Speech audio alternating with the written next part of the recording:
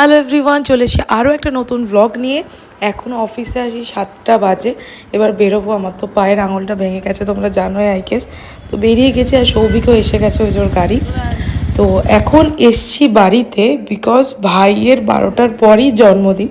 আর এখানে প্রস্তুতি চলছে, পঙ্কি মা সবাই মিলে কালকে রান্নার প্রিপারেশন নিয়ে রাখছে। রাতের মেনু ছিল রুটি আর মাংস। নিজের কেক নিজেই আনতে প্রতি বছরের মতো দিদি সারপ্রাইজ দেয়।